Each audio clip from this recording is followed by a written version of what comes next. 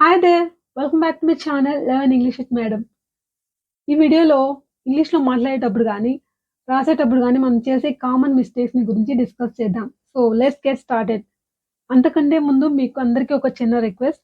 ఈ వీడియో మీకు నచ్చినట్టయితే ఖచ్చితంగా లైక్ చేయండి. ఎందుకంటే అది ఒక మంచి మోటివేషన్ ఇస్తుంది. ఇంకా నచ్చితే షేర్ చేయండి, సబ్స్క్రైబ్ చేయండి. So, now let's get into the topic. He gave me an information. So, నేను సెంటెన్స్ చెప్తాను. మీరు ఆ మిస్టేక్ ఏంటో గెస్ చేసే ప్రయత్నం చేయండి. హి gave me an information about her.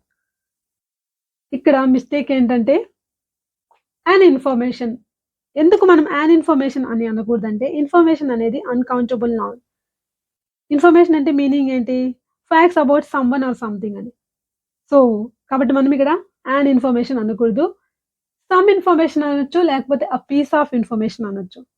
So, మన ఈ సెంటెన్స్‌ని కరెక్ట్ చేస్తే హి gave me some information about her. అంతేగాని యాన్ ఇన్ఫర్మేషన్ అని కానీ, ఇన్ఫర్మేషన్ అని కానీ యూజ్ చేయకూడదు. సో, ఇన్ఫర్మేషన్ అన్న వర్డ్‌ని మనం ఇంకా ఎలా యూజ్ చేయొచ్చు కొన్ని ఎగ్జాంపుల్స్ ద్వారా తెలుసుకుందాం. Can you give us some information about restaurants in the area please? Can you give us some information about restaurants in the area please? అంటే ఈ ఏరియాలోని రెస్టారెంట్స్ గురించి మాకు కొంచెం ఇన్ఫర్మేషన్ ఇస్తారా? So, can you give us some information అంటున్నాం. So, ఇంకొక example తీసుకుంటే I found a lot of information about teacher on the internet. ఇక్కడ అ లాట్ ఆఫ్ ఇన్ఫర్మేషన్ అంటున్నాం. అలాగే she told me an interesting piece of information about the new manager. ఇక్కడ an interesting piece of అంటే ఆ piece of అంటాం. అలాగే an interesting అని ఎందుకు అంటున్నామంటే ఇక్కడ వవల్ సౌండ్ వచ్చింది కాబట్టి. ఇంట్రెస్టింగ్‌లో ఈ అన్న సౌండ్ వచ్చింది కాబట్టి an interesting piece of information about the new manager. She told me an interesting piece of information about the new manager. ఇలా మనం ఇన్ఫర్మేషన్‌కి ముందు ఆ పీస్ ఆఫ్ కానీ, పీసెస్ ఆఫ్ కానీ, లేకపోతే సమ్ ఇన్ఫర్మేషన్ అని కానీ యూజ్ చేయాలి కానీ అన్ ఇన్ఫర్మేషన్ అని యూజ్ చేయడం తప్పన్నమాట. So, next one I was awake at night thinking about all the things that have happened. ఇందులో మిస్టేక్ ఏంటంటే I was awake at night. మనం జనరల్‌గా నైట్ ముందు అట్ అనే గదా అంటాం. మరి ఇందులో తప్పేముంది అని మీకు డౌట్ రావచ్చు. కానీ ఇక్కడ మనం ఐ వాస్ అవేక్ అంటున్నాం. I was awake at night అంటే పర్టిక్యులర్ నైట్ గురించి మాట్లాడుతున్నాం.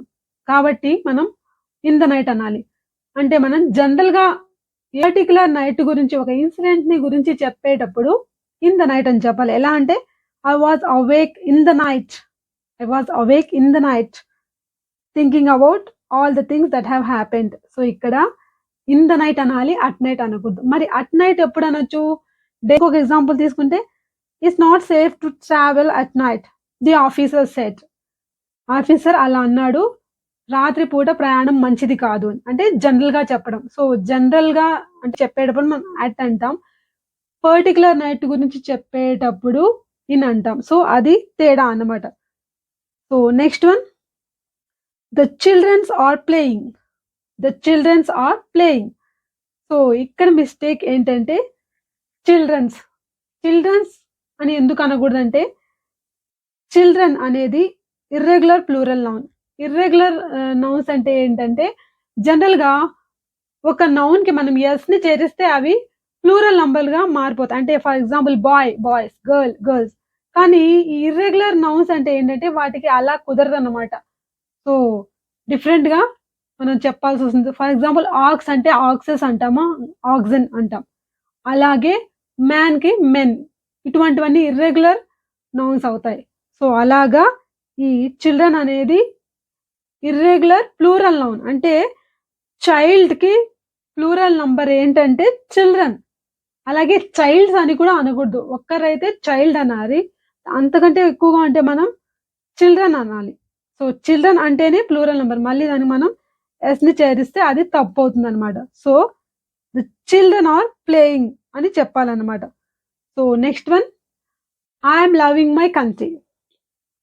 I am loving my country. ఇందులో తప్పేముంది? ఉంది. ఎందుకంటే లవ్ అన్న వర్డ్ స్టేటివ్ వర్బ్ అన్నమాట. అంటే ఈ లవ్ అనేది ఎటువంటి యాక్షన్‌ని తెలుపట్లేదు. నేను నా దేశాన్ని ప్రేమిస్తున్నాను. అది పనేం కాదు. లవ్ అనేది యాక్షన్ వర్డ్ కాదు. స్టేటివ్ వర్బ్ అంటే ఫీలింగ్‌ని తెలుపుతుందనమాట. ఎమోషన్‌ని తెలుపుతుంది. సో, అటువంటి వర్బ్స్‌ని మనం స్టేటివ్ వర్బ్స్ అనం. స్టేటివ్ వర్బ్స్‌ని ఎప్పుడు మనం ప్రెజెంట్ కంటిన్యూయస్ టెన్స్‌లో రాయకూడదు. అంటే I am loving, I am liking ఇలా రాయకూడదు. సో, అలాగా మనం I am loving my country అని అనకూడదు. కానీ కరెక్ట్ సెంటెన్స్ ఏంటో మీరే కామెంట్ బాక్స్‌లో తెలియచేయండి. So, it's time to express your love towards our country.